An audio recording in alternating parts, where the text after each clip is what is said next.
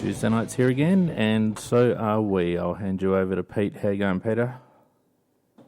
Fiend, thanks very much, mate, and welcome everybody to another Tuesday night live edition of the Adelaide Crowcast. Great to have you all with us, and if you're just moping around this evening after the train wreck in Bangalore, just hang with us for an hour and we'll try and lift your spirits with a bit of chat about an alternate sport, because we won't want to focus on that garbage that we saw over there.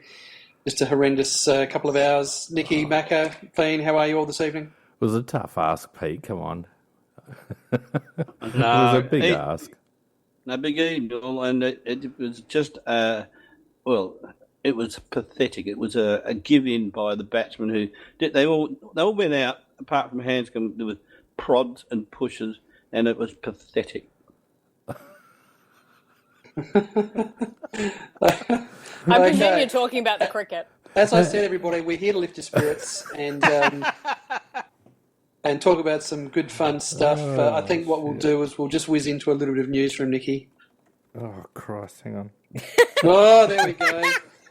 I've snuck one through the defences.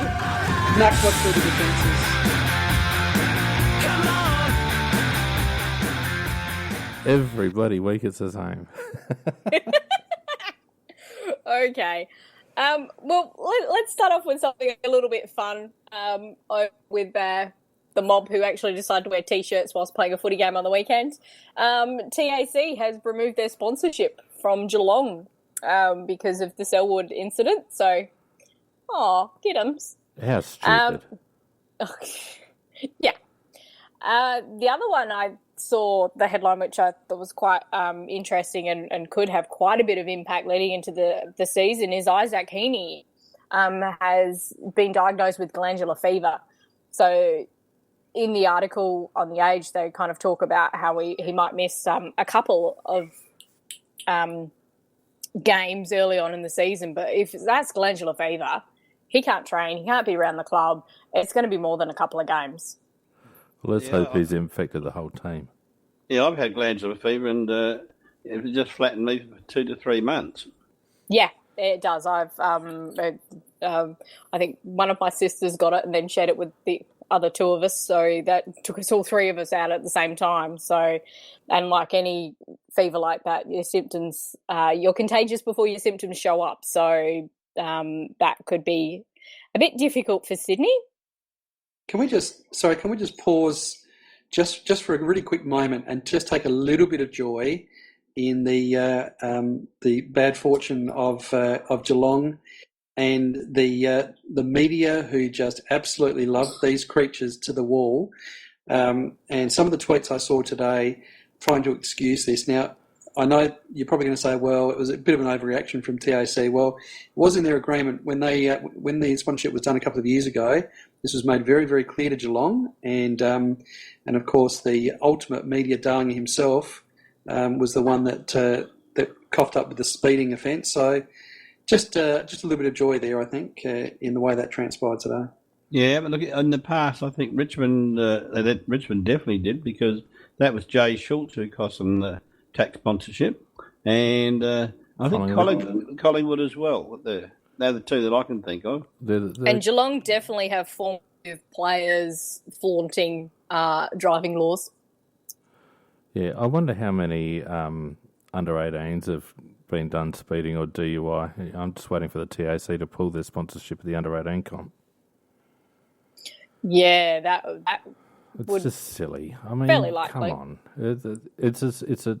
I understand it's in the contract, but it's a stupid clause. And if I was a club, I'd say, look, we don't want your 250 or whatever if you're going to put that clause in, because it's just unworkable. Why do you say that? Because people get done speeding or DUI all the time, Macca. Yeah, I agree with the speeding, but DUI, I think the DUI is unforgivable. Yeah, but Selwood got done for speeding, mate. It was pretty bad. It was a pretty bad speeding one, though. I think it was a high speed. 127 and 100 zone. Yeah, I mean that's almost 130 clicks. That's really travelling. That's almost dangerous. Well, it is dangerous driving. Depends he was overtaking, but that's still, yeah. You don't. What you're forgetting is that nobody cares when all those young kids you're talking about. Nobody cares about that. but people care if an AFL player does it, and that's all part of role modelling, and that's just what those guys have to suck up and live with as part of their position as AFL footballers. Wouldn't it be more instructive to engage Selwood in some kind of educational program as a consequence that was also very public? Wouldn't that have a better outcome in terms of education than just pulling their sponsorship?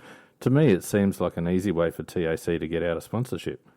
And I'd rather see Joel Selwood do 6 commercials and a public campaign during 2017 on the reasons why he shouldn't have been doing 127 in a 100 zone. Well, I can say that TAC, all they've done is stuck to their principles. And, that was the deal with the sponsorship. And if somebody breaks it, they break it.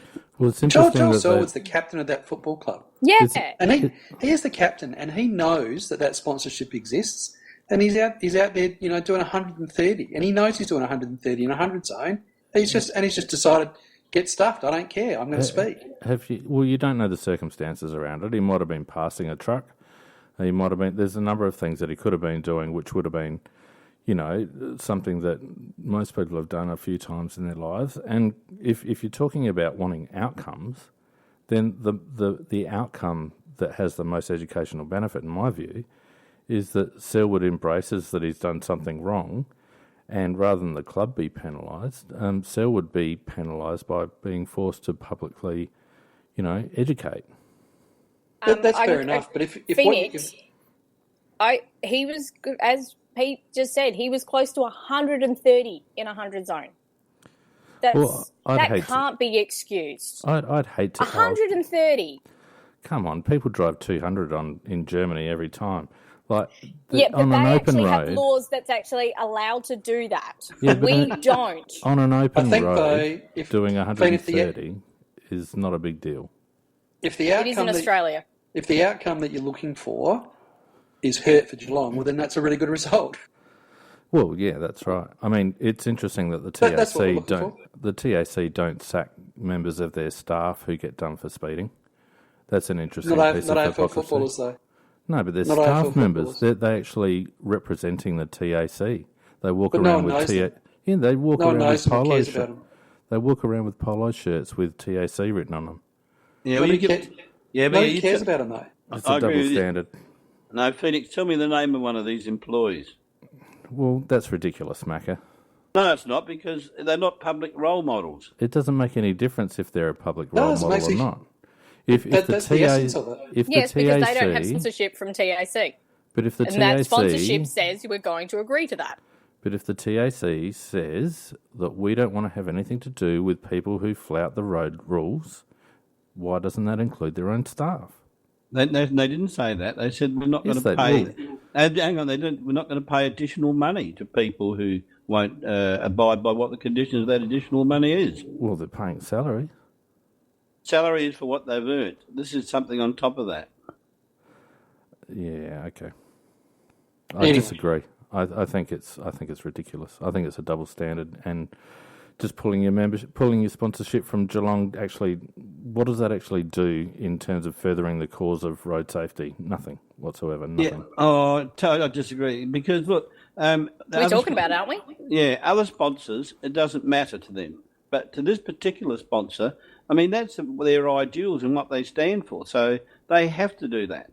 Well, what about if Tex Walker rocks up to the club in a Ford Courier or whatever instead of a bloody Toyota Yaris? Toyota aren't pulling their sponsorship.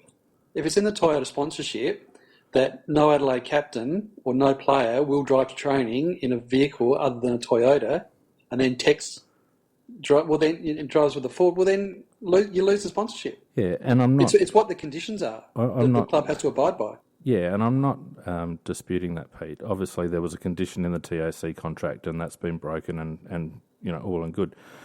I'm talking about the bigger picture, and Toyota obviously aren't small-minded enough to place such a stipulation on their contracts, because they realise that whilst they're representing the club has Toyota as representation on their Guernseys and all the rest of it, it's not going to hurt their brand if one of the players drives around in a Holden. And this is a similar thing. TAC should embrace It's not this. similar, mate. That's a commercial enterprise. TAC this is road safety. This is, deaths, people dying on the roads. This is what they're about. The Toyota analogy, that's a commercial enterprise analogy. So what's going to serve the purpose better? Like I'm an 18-year-old kid driving at 10 o'clock at night. Am I going to see my speedo creep over 100 and go, well, better not, because TAC just pulled their sponsorship from Geelong.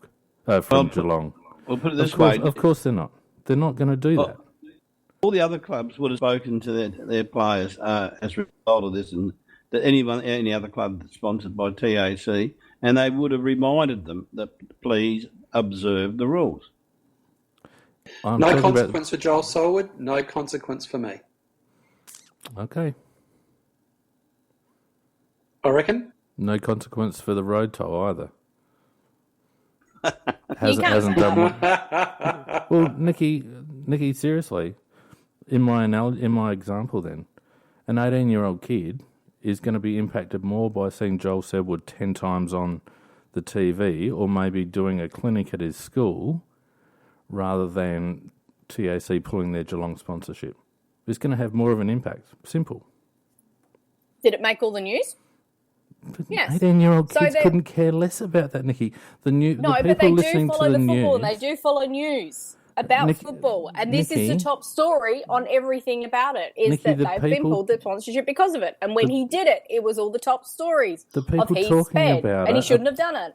The people that are talking about it are people like you and me, middle-aged people, right?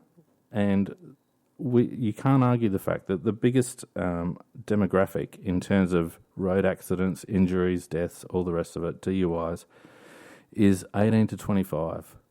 So if you want to actually make a difference, you don't talk to people like you and me. You talk to the kids, right? And pulling TAC sponsorship from Geelong is not talking to the kids. Having Joel Selwood go to Geelong Grammar and doing road safety clinics as a recompense to this particular indiscretion has far greater value to your core demographic or your target demographic than pulling sponsorship, in my opinion. We'll agree to disagree. We'll agree to disagree. We've probably move on. thrashed that one to death. Any other little tidbits, Nikki? Also that's not good for Sydney is McVeigh is going to be out for a couple of weeks with a calf injury. So they're starting to get struck down a little bit, so it'll be interesting to see what their depth is like down there. We still have no news on the CBA. Yeah, but he holds that back line together. Oh, yeah. CBA, still don't know where it's going to be. There's still talk that... They're talking? Well, they haven't ruled out a strike. No, but the last I heard was what's on the table was a 20% increase.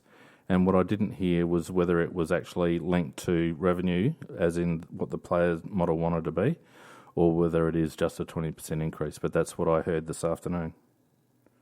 Okay. The other one is the AFL once again trying to really make the run for Cockwomling Nunnut of the Year. So there was a nice little incident in our game on the weekend about the new rule where the boundary throw-ins or it has to be the ruckman that touch it. If neither of them touches it, it has to hit the ground before anybody else is allowed to pick it up.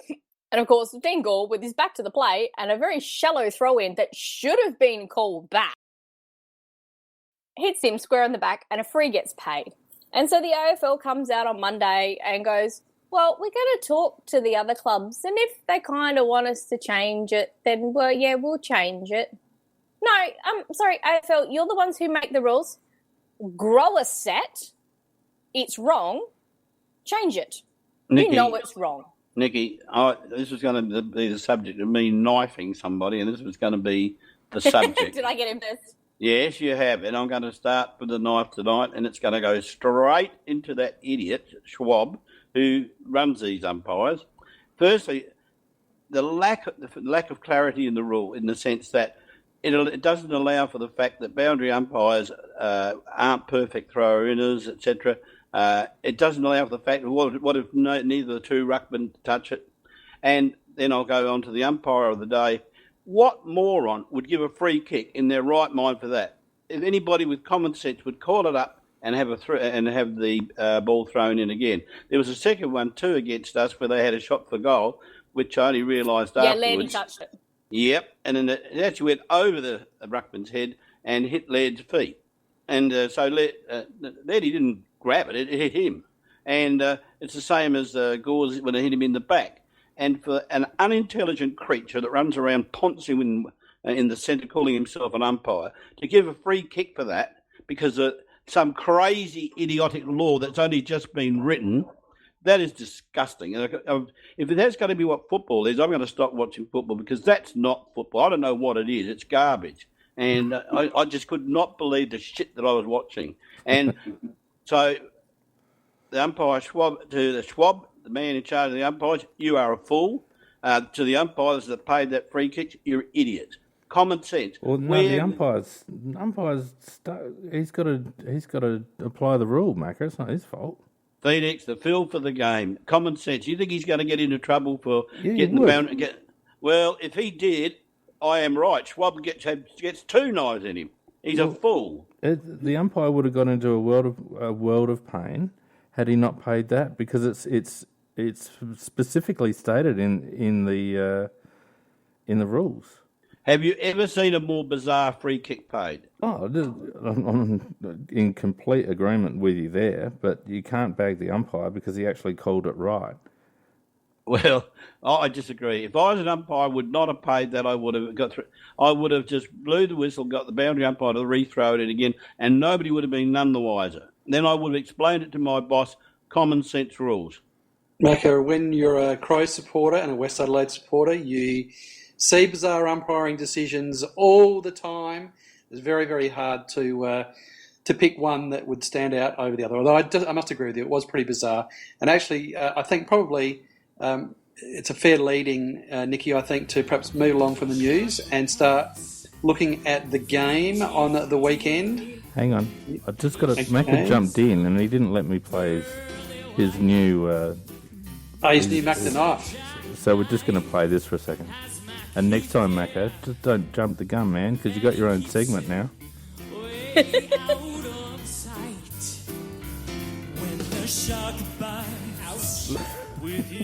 Anyway, let's move on. That's too cultured. Well, that would have been good. Well, I'll tell you what. If they play it again next week, I'll stab him again next week.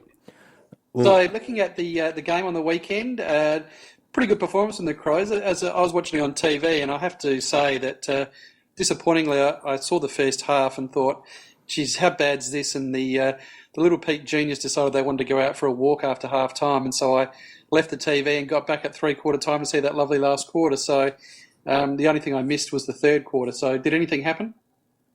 That was our good. That was all right. That was our very good quarter. Yeah, that was our best quarter, mate. Oh, dear. I thought we started well, and Geelong set up very deep in defence and seemed to be wanting to practice their chip around footy. And I felt in the first hour frontal pressure was pretty good, and then I think our intensity dropped a bit in the second quarter. And then it's always hard to gauge. The third quarter we came out and we piled on 5 goals, but the Cats had a few off in the third quarter, so it's hard to measure. But I felt like we overall we played pretty well. I had a couple off.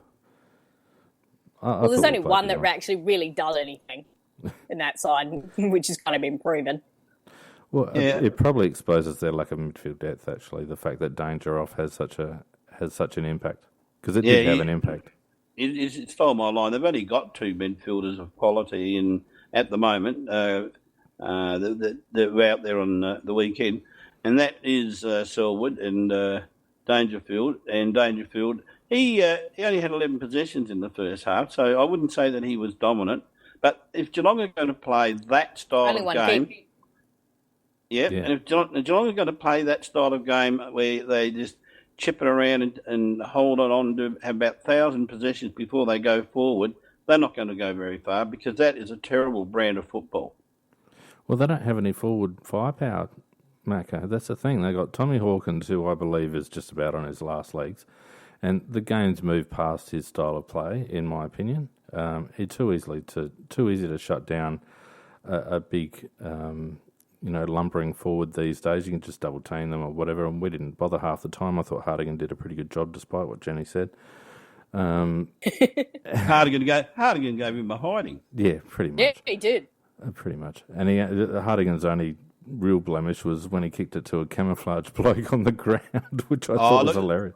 I didn't even see the guy. When I was watching on TV, I didn't even see the guy either because he was sitting in the bloody white logo, and all of a sudden he emerges. Yeah, he's in the white logo, and he's up against a white background as well, because where I was sitting was right near where Hardigan kicked it. Yeah. We didn't see him until he marked it. We all just went, what the hell? Yeah, I know. He sort of came out of nowhere. When that happened, I was thinking, Hardigan's okay when he just plays. His problem is when he has to think. And I thought, I can't believe what he's just done, but I didn't realise it was camouflage. Yeah, with those stupid T-shirts they got. You can take that back, Macca, because Hardigan actually thinks very well, and he makes the right decisions the majority of the time coming out of that back line. I know. He's improved so much. Nicky, he's a good player, but when he does pull his shitter, it's a big one. Yeah, but, Macca, does that identify that he's actually willing to take a risk and back himself in? I don't mind that so much. And the fact that his error rate has dropped quite substantially means that he's improving. And, Walshy always wanted to get 50 games into Kyle, and I reckon we're seeing the benefit of that, and I reckon you'll see the benefit in another 50 in terms of his composure. He's become a good player. I'm not knocking him as a player overall. Yeah. I thought there were a number of concerns on the weekend, and admittedly I didn't see the third quarter, so I'll just I can only go on what I saw. And there were periods of the game where Geelong were just so much in control of the ball, and I know that there was a lot of possession count on that, but there were periods we could not get hold of the ball. And let's not forget that it was quite a tricky wind, and they had oodles of shots on goal.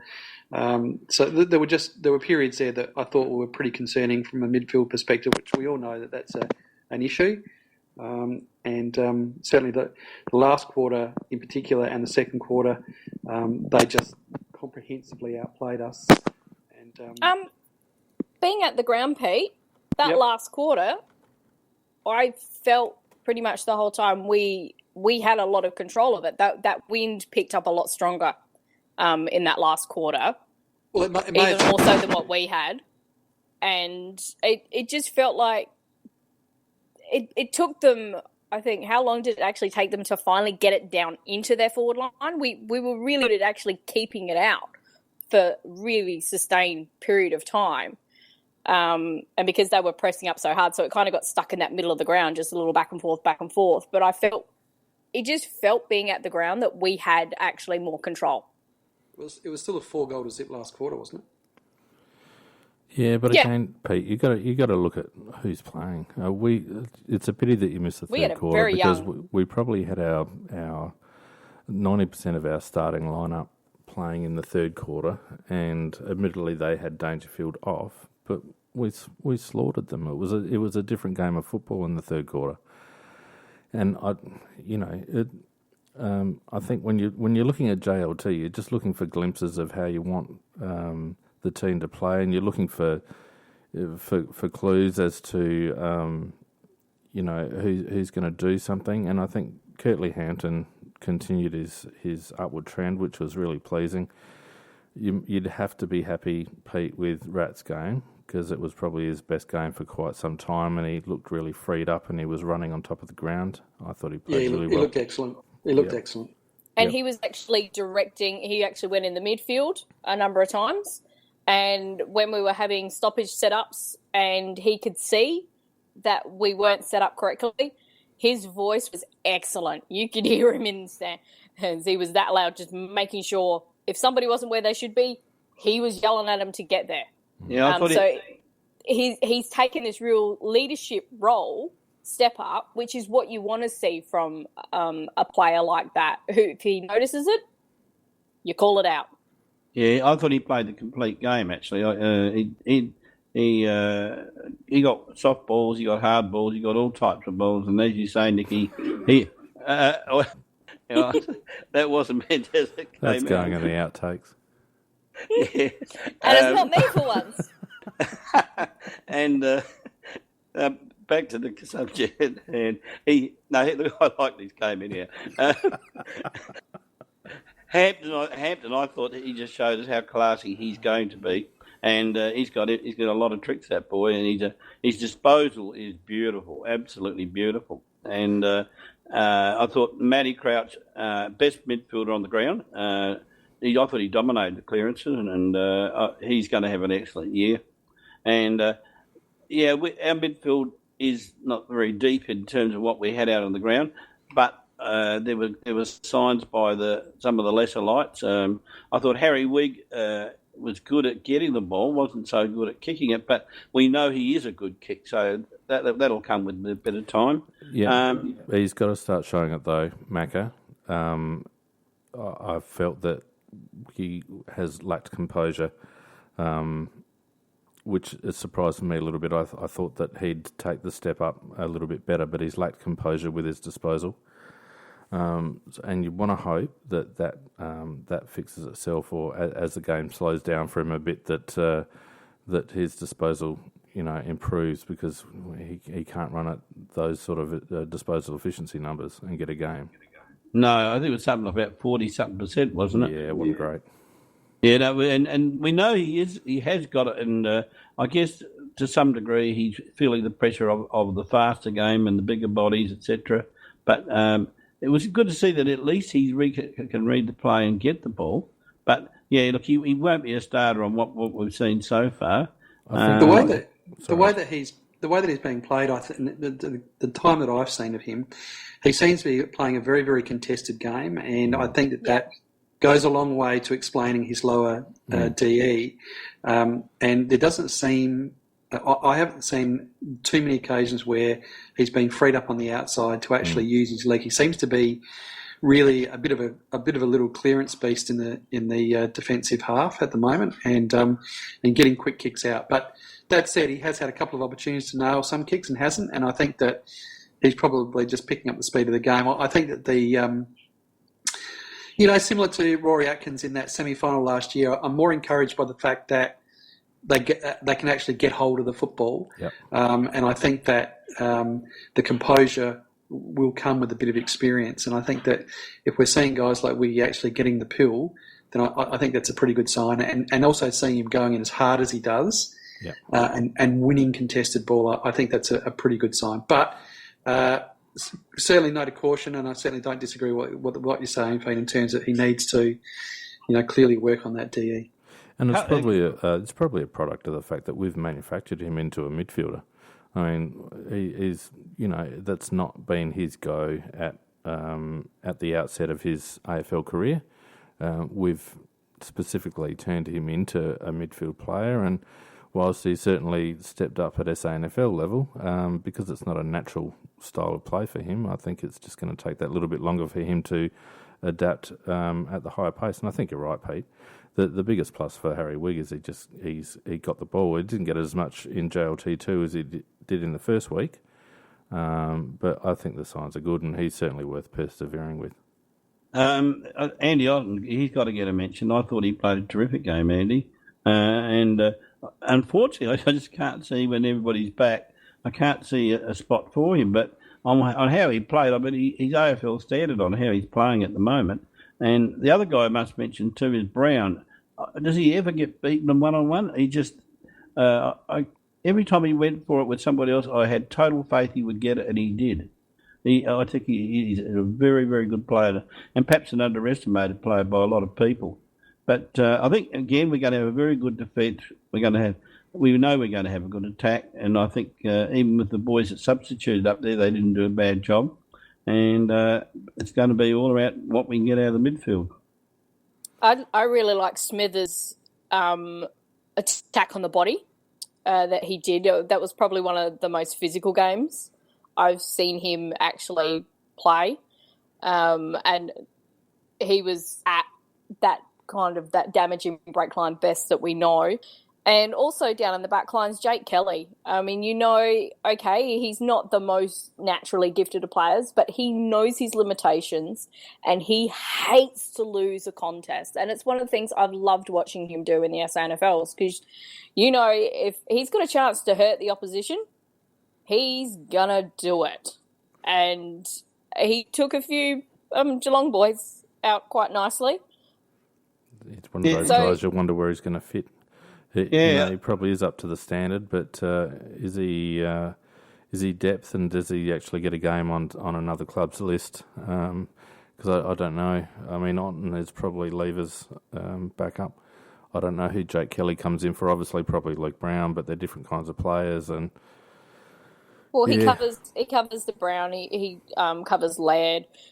He covers the smaller one, but he's actually a lot taller than what you expect. So he can cover Cheney. We know he's got fabulous aerobic capacity, and he's worked actually hard on getting quicker. Yeah, I feel sorry. I feel sorry for him because I think he's in the wrong club. He's in a club that's got too many players of his type, and because if he was in one of the lesser clubs, when in terms of that particular position, I think he would be AFL standard. I reckon he goes all right, but he's not better than the ones that are ahead of him. We seem to be absolutely blessed with defenders and forward players. We just seem to have this gaping hole in the midfield, which is a real worry. But although I agree, I really enjoyed what I saw of Kelly Hampton. His ability at the contest as well to really bull his way into a contest and bring the ball out. He could actually be anything. So certainly one to watch there. Miller, I thought was a bit disappointing, but I think did he pick up an injury early on? I think that might have been the case. I think he blew up actually, Pete.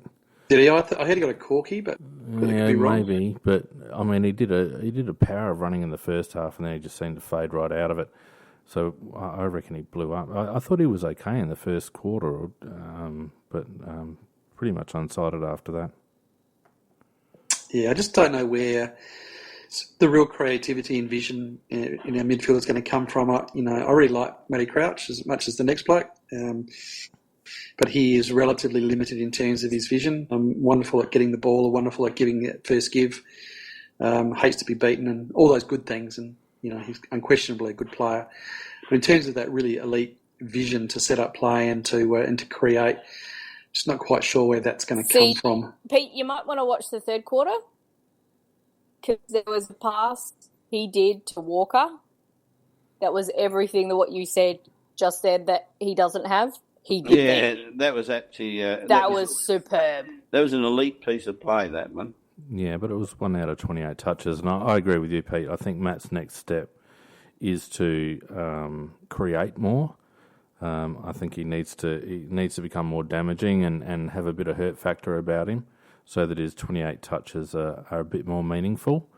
And sure, you've got to have the in and under bloke that shovels it out, but I think Matt needs to develop the capacity to be creative, like you said, and just cause the opposition to be more concerned when he gets the ball than they probably currently are.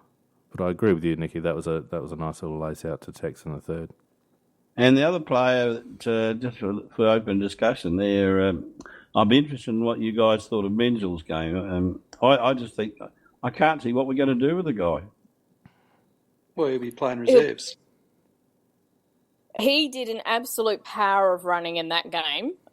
Wasn't always honoured with some of his leading work that he did. The goal that he got was actually showed that he can work hard because he got the ball out on the wing, passed it off to Hampton, and he just kept running and followed through, and he got the ball back again from Hampton. I think there is actually a place for him in our forward line. Oh, Nicky, Forrest Gump kept running too, but I was going to say, so did the boundary umpires. Honestly, he actually. They couldn't throw it in after a while. Either of you at the game? No. No, I did see it on TV though, and I understand he did a lot of running. Yeah, and I'm sorry. Does the TV follow all the players? I saw his give and go. I saw his give and go, and that's good. You can kick the ball to one person, then keep running and call for it back and take a mark, and that's all well and good. He's a number 11 draft pick, and he cost us a second rounder. And honestly, he's just not anywhere near it. Well, No. Pete, No. I think the knock on Menzel was his mental attitude, and no one doubts his talent. It was when he came over, particularly after we realised how far behind he was. The knock was whether he was going to have the mental fortitude to actually get himself up. Well, you got to give credit where credit's due in that regard, because he's fit, he runs hard, he tackles hard, and he looks engaged. What he's got to do is get himself into the game more. But I think his attitude, which was probably the biggest question mark of all with him, is certainly on track. And you got to take some positive out of that. You got to take some positive out of the fact that he's got all the talent in the world, but he's working hard defensively. Yeah, but he needs, again, Nikki, he's got Charlie Cameron syndrome. He needs to be in the play for longer. And we need more out of him. And at the moment, there are other players ahead of him that offer that. And until Menz can start racking it up in the SANFL, I don't know where he sits. He probably comes in if McGovern's injured, but he's a completely different player to Mitch McGovern. But there's nowhere else really that he fits at the moment. Double thumbs up for Menz for all of that good stuff. No problem with that. I guess, can I pose a question to all three of you? Not until you fix your microphone. Oh, sorry. Let me ask the question of all three of you. What do we want? What do we want him to be? What do we actually want Menz to be? What do we want to get from him on a week in, week out basis?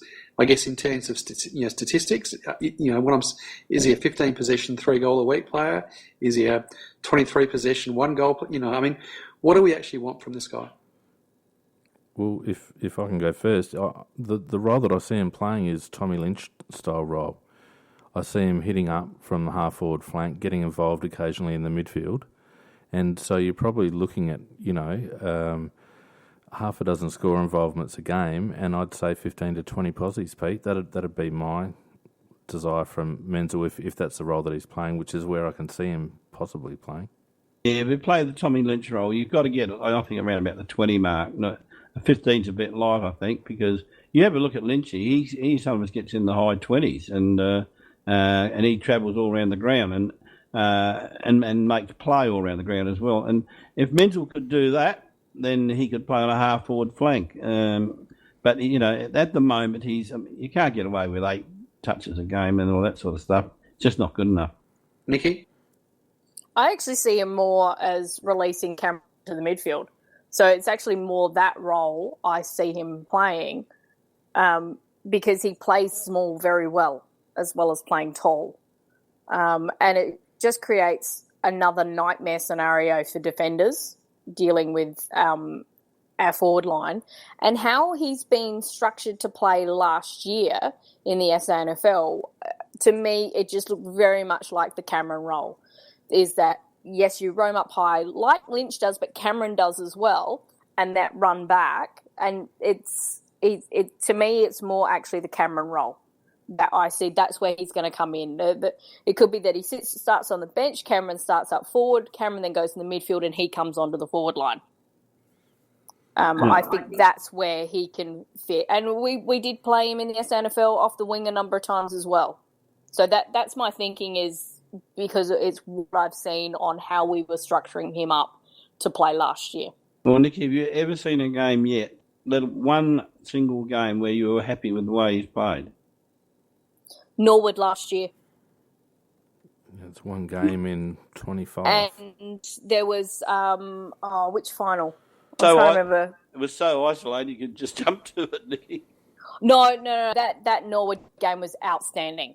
That he did. There was the goal that he set up for Beach. Almost every player on the ground, when Beach kicked the goal, they ran to Menzel.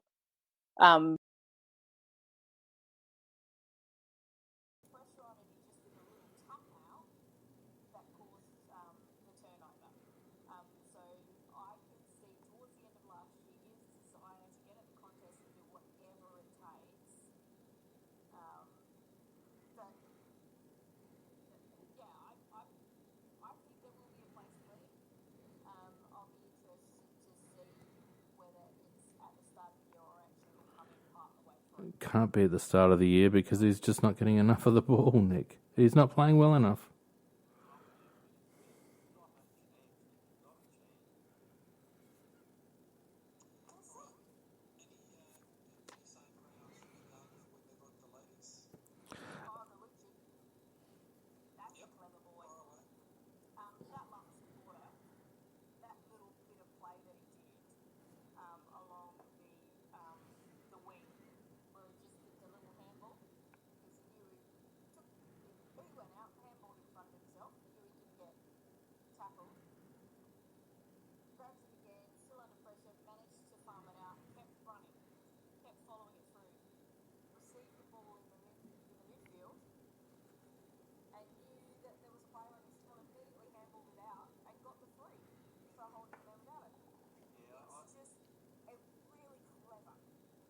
He will be a player. There's no doubt about that. I think they've got a good one there, and Paholke will be a player too. They're not ready yet because they've jumped straight up from under 18s to this level, but I thought both of them showed little bits of that and enough to say these boys will be players. So I was quite happy with them. Just the last one before we go, if we're going to move on to women, put your lariats down and get your whips out. And what about David McKay? How did you think he went? Played quite well. Macca, do you know what? I'm sure D-Mac's a good bloke and he gets his half a dozen a week, but I just wish we would move on from D-Mac. He's not the future, and we need to push some other players through. And yes, we might need to play him in terms of our depth of our ages and all the rest of it, because our midfield is young and not very strong. But I don't want to see D-Mac holding out another bloke who is playing as well or better in the twos. If it's a choice between someone pushing up from the twos and David McKay, unfortunately for David, in my view, I think it has to be the other bloke every time this year. He needs to be replaced by Harry Wigg. In my opinion, Oh, you and your microphone. What's wrong with it now? It keeps rubbing on You're something. crackling. Sorry, I'm a bit too comfortable here tonight. You're on the red again. I think Harry Wigg takes his role, and Harry's that same kind of player that can sort of run through half back, or he can pop up on a wing, or just have that kind of a bit of a utility role. Similar size to McKay, and I think that he should be taking that role. But no, for me, he's the Mitch Marsh of the Crows, and good analogy. Really, yeah, he good just comparison. we just need to say, look, thank you very much, but it's time to move on. Just one guy before, as my little final shot. Harry Deer didn't do a huge amount, but geez, you see a couple of things that he does, and you think, wow, another year's worth of development into Harry Deer, and he's going to be some kind of player, because he's as good as I've seen below his knees for a fella his size. A couple of really clean one takes at the ankles, a really nice one-handed intercept take for a goal. He's like a puppy the way he runs around the ground, but I tell you what, he's got something. Yeah, look, he's not there. Agree. I don't think he's there yet, though. But I think he's got massive potential, and I hope we can hang on to him. And just on McKay, I think he'll probably start the season, but I don't think he'll be there by the end of the season. All right, let's move along to AFLW, and ripping evening at Nord Parade on Saturday evening, and I think there was 12,500 odd people there. It would have been an amazing game to be at. I, for the first time, sat down and thought, right, I'm going to do this. I'm going to sit down. I'm going to watch some AFLW. What did everybody else think of the game? Well, first of all, not enough has been made of the fact that we got 12 and a bit to the women's game and 3 and a bit to the men's game, and the game deserved it. It was a cracker, I thought. Oh, absolutely amazing game, being there. Good, yeah, great game actually, and there had to be a winner. Always is, or if it was a draw, but somebody had to win the game, and it could have been us, but it turned out to be them. Can I ask one question? I just noticed that particularly when I was watching the last quarter, there was no stopping the clock for stoppages. No, there's no time. No. Has that been the rules all the way through? Yep. Yes. No They time. only stop it for after goals, or if there's a major thing, so like a player is blood rule or being stretched. That's it. Because I thought, for me, what didn't assist the game in the last quarter as a spectacle was that very point. Because what was happening is, of course, Brisbane got their goal, and we're really, from that point on, even though they were less than a goal in front, we're virtually able just to lock the game down and just run just minutes and minutes and minutes off the clock just by forcing stoppage after stoppage. Yeah. And I just felt that just a very, very simple little thing is that if they could bring in stopping the clock like they do in the men's game, so that there is not that incentive, because really by the time you force a scrimmage, for the time it takes for the umpire to come in and eventually blow the whistle and then get the play moving again, there was 45 seconds to a minute running off the clock, and I just felt that there was no incentive to get the game moving and out. And whereas if the clock was stopping, they weren't going to get that advantage, and they might have been prepared to play a bit more open football. Yeah, but I thought the game suffered a little bit as a spectacle in that regard. 100% right. Excellent point there, Pete, because one of the things that the AFL's been keen on, particularly with the Women's League, is to try and stop having so many stoppages. So I think if you actually take it away, like you've just said, then that's it. They're going to have to play open footy because there's no advantage to them to do that. Well, there's two things also that contribute to the whole pack situation, and one is that the girls probably don't have enough skill below their feet yet to be able to clear those congested situations. But two, the umpiring is appalling, and whilst I'm not asking them to pick out frees that aren't there, they're not picking out frees that are there, jumping into backs, high tackles, all the rest of it. If it was umpired a little bit better and the girls were a little bit more skilled at working through congestion, we probably wouldn't have that. But I do agree with you, Pete, that, and you make an excellent point, that time off at stoppages would encourage, a more flowing style of football. And it did probably cost us 5 minutes. There was probably 5 minutes worth of dead time in that last quarter, and that's a lot in a 15-minute quarter. And I just don't think you want to be in a situation where you're watching a team get 2 points in front and then basically just being able to shut down the game for a whole quarter. For me, almost after every single game, I have just lamented about the umpiring. Now, I understand that they're academy umpires. They're wanting to push them through everything else. That's fine. But it shouldn't be the entire lot being academy umpires. They need a senior umpire out there, because in every game there has been really poor tackling techniques from at least one of the teams. And that needs to be paid against them. They need to be punished for the poor technique so that their team will actually go and fix it up. And that's what gets a lot of frustration happening, but you deserve a free kick and you're not getting it.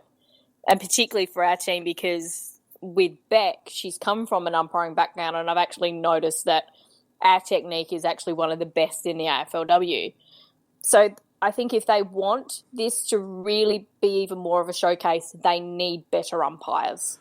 They need the top line umpires. I think the AFL have actually shown themselves to have underestimated not only the appeal of the competition, but also the endeavour and the skill and the desire of the players involved. I think they've actually been caught out on a number of fronts with regards to AFLW this year. First of all, the crowds. Obviously, that was a big shock to them. I think at the beginning of the whole competition, I think the physicality has caught them out, because you do need good umpiring to deal with a physical game of football, and I don't think that the umpires have been able to adjudicate that physical game very well. And also, as a spectacle, I think they deserve more than 4 short quarters with no time on. I think they deserve a legitimate, same rules as the men in terms of length and playing conditions, because that's one of the best games of football I've seen for a while. And it wasn't just because it was close, although that obviously contributed to it, but the manner in which both teams attacked the contest and showed, 100% commitment and desire for the Guernsey. I mean, it was finals football, and it was legitimate finals football. And it was a credit to both teams, and I thoroughly enjoyed watching it. And I think the AFL need to really think about how they present the game next year, both in terms of how many rounds and in terms of where they play the games and, the playing conditions. Yeah, a very good summary there. One thing I did think that they totally underestimated how physical the games would be. Oh, yeah. I think we all did, to be honest. Yeah. Well, when I remember when Luke Jericho was playing, a lot of people used to say but they used to say he plays like a girl. He never played that sort of stuff, I can tell you. So he would have run off the ground. Yep. Good evening, Luke. No, but I tell you what, I'm sorry, Luke, but it's true. But I've been staggered by how physical they are, and it does need a good umpire to adjudicate whether it's a good, legitimate, tough tackle, or whether they've hit them down the front when they shouldn't have, because there's a bit of that going on, actually. There's a bit off the ball that it's a lot off the ball. that happens that just needs to be, and because I come from an umpiring background and I see that happen, it's like, no, as an umpire, you put your foot down then and there, you pay that free kick straight away. You don't tell them, oh, don't do it again. No, pay the first one. Stops them. Yeah. Because, they know it's going to escalate even further from that. And they also know that their coach is going to be pissed at them for doing so. Just on the impact, it was very interesting because I was sitting in the stand, and I know a few Norwood people got upset with me when I said that Norwood's one of the worst places to watch football from. If you can show me where you can actually sit in one of those stands and not have a pole impede your view of the ground, or at least two of them, let me know, because it's just horrible. I used to sit in that stand every Norwood Sturt game when I was a kid, Nikki, and I never had a problem. Oh, no, yeah, but when you were sitting in there when you were a kid, there were the great big light poles that are just like, you actually can't see the straight line down the boundary. It's like, we think it's out. I like Norwood, but then again, I like Unley as well. No, I'm with you, Nikki. I'm with you. But sitting to the left of my family and I were an American couple who live here, but they do go back very regularly to watch NFL games. So they fly back all the time to do that back in it. And they turned up. This one was their first one to watch, that they'd come along because they'd heard about it and they wanted to see it. On the other side was a couple from France who were out here on holidays, and they were told to come along and have a go. And they had an absolute ball. They loved it. At the end of the game, they're just like, that was so good. So it's not just the local crowd, it's drawing in an international crowd as well. It's become very quickly a legitimate form of sport and entertainment. I'd quite happily go to a game of AFLW and be fairly comfortable that I could expect a good game of football and an enjoyable couple of hours at the footy. And I don't think that anyone really expected it to be that good that soon, to be honest. No. Totally beyond what my expectations were. And mine too. When I watch Chelsea Mandel and Aaron Phillips with the ball, very good skills and classy players, but the bravery of the players is what I perhaps it's almost foolish at times. But I wonder also if there's a little bit of popularity generated by the fact that people are getting an opportunity to go back to suburban grounds and to watch suburban football without having to deal with the SANFL culture, which has just fallen off a cliff in the last few years in terms of just general sort of safety being at the ground. And you can watch, I guess, your AFL team, because I mean you and I both know, Nikki, that going to an SANFL game to watch the Crows is not necessarily a safe outing, No. I think that the attraction for people to be able to go on a lovely evening like it was, it's a perfect time of the year. People can go to Norwood Oval. I like Norwood Oval, but you can go to any suburban ground, Thebarton Oval, where these games are being played. You can get back to being at suburban football without having the SANFL, drama attached to it. I think it's because there's a lot of kids. There's a lot of families. It's free. So, you can take the whole family. And I think that's part of that whole vibe, because just to see so many kids running around, and I still love the first game we played, there were all these little kids running around in Port Guernseys. But you know what? I'm looking at them going, you've come here to watch Aaron Phillips. You're going to turn into a Crows fan. No, I saw we conned Greg into wearing a Crows top this week. It's taken 4 weeks. No, he was... No, the last game he was in one. I think that's the first time he's had one on, isn't No, it? second. Second, is it? No, the game at Thebby. Because the first game he refused. Folks, we've got about 5 minutes left. Do we just want to devote this last 5 minutes to a very, very quick preview of JLT 3, our last game of the pre-season, of course, against the Lions down at Noarlunga, down your way, Phoenix. Any thoughts about the game and how we think we'll line up and what we want to get out of it? Stupid ground to have a bloody practice match on for starters. Oh, yeah. I mean, it blows we the could guard take the car in. Yeah, I know. God. I like that bit. Yeah, it's ridiculous. Look, they do have good steak sandwiches there, Phoenix. Yeah, I know, but the blows a bloody gale. True. Selection's going to be the interesting one because Pikey's already come out and said that it's as much of a dress rehearsal as they can have. So selection's going to be quite interesting this week, I think. Lever might be back, I think. I think Sloaney probably won't be back. Sloaney won't be back, but he should be back for round one. Brad Crouch still, as we suspected, still a couple away, and I reckon that hammy's a lot worse than what they're telling us. So who else have we got? So that puts pressure on Otten. I haven't heard much about Kyle Chaney, but his groin must be a bit worse than Lukey Brown's. So and same with Seedsman. We haven't really heard much of the Seed either. So, interesting to see, because do they play 26 again this week? 24. No, drops down. 24 this week. Yeah, and so it'll be interesting to see. Comes in. So you'd expect the two young lads to drop out, Gallucci and Paholke. Yeah. And then I guess it's a matter of we'll see. Well, we're likely to see who's in the gun for round one. I would say Greenwood would drop out. I'd be hopeful that Beach gets a go. Is he fit? I think he's going to be right. Cars are usually 3 weeks. Yeah. We'll wait and see. If he's okay, I would like to see him come back in, because I thought, even though it was just that tiny, we only saw him for like 5 minutes or so, he showed enough there, and that guy completely and utterly deserves a chance.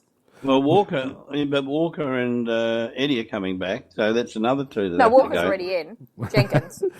Sorry, Deal will go out for Jenkins. Jenkins. I meant Jenkins. I knew that Phoenix had the hate symbols coming out already, and I just got the name wrong. No, he played well. The first game. I thought Jenkins played well on the weekend.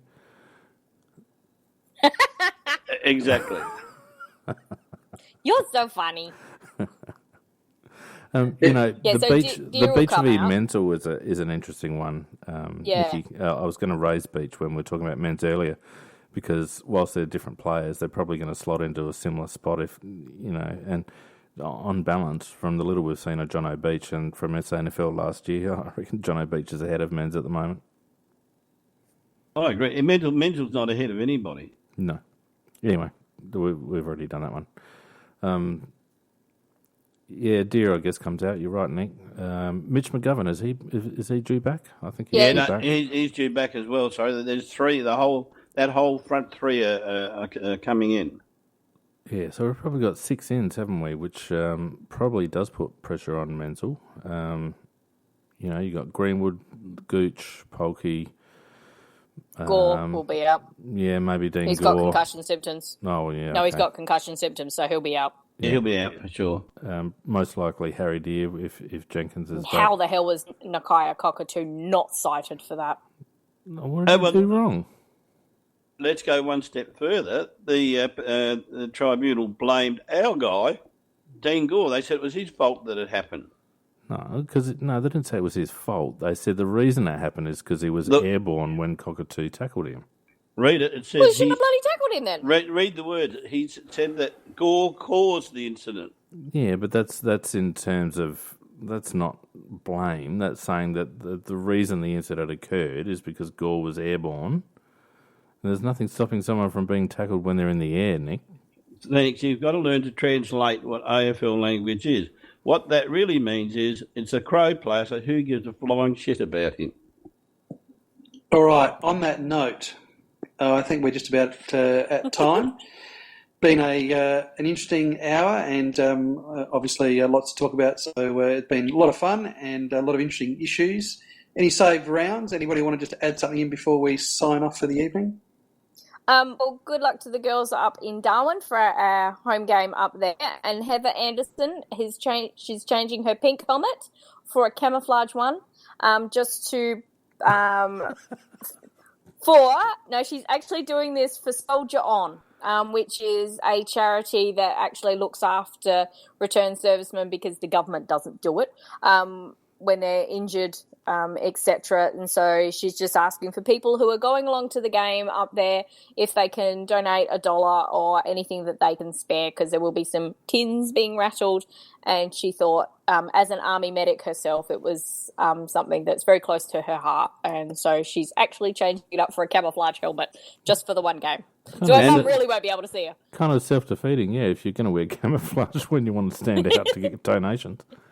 Yeah, and my last comment on it is that it'll be interesting to see what effect playing Northern Territory players and in the Crows team has on the overall Darwin population. Has it converted a lot of people to barrack for the Crows? Good point. And it'll be interesting to see that in the crowd, whether we see any Crows paraphernalia or whether there's a reasonable amount there barracking for the Crows. So that's just an interesting byplay thing, I think. All right, so nothing further. We'll close it there. Thanks very much for listening, everybody. We appreciate your support as always. Follow us on Facebook, Twitter, and let us know if you've got any questions for next week, or let us know any feedback at all on what you thought of the podcast. We'll appreciate it. All right, that's it for this week. We'll catch you all on next week's Tuesday Night Live. Have a great week, and bye for now. Good night, all. See ya. See you later, guys.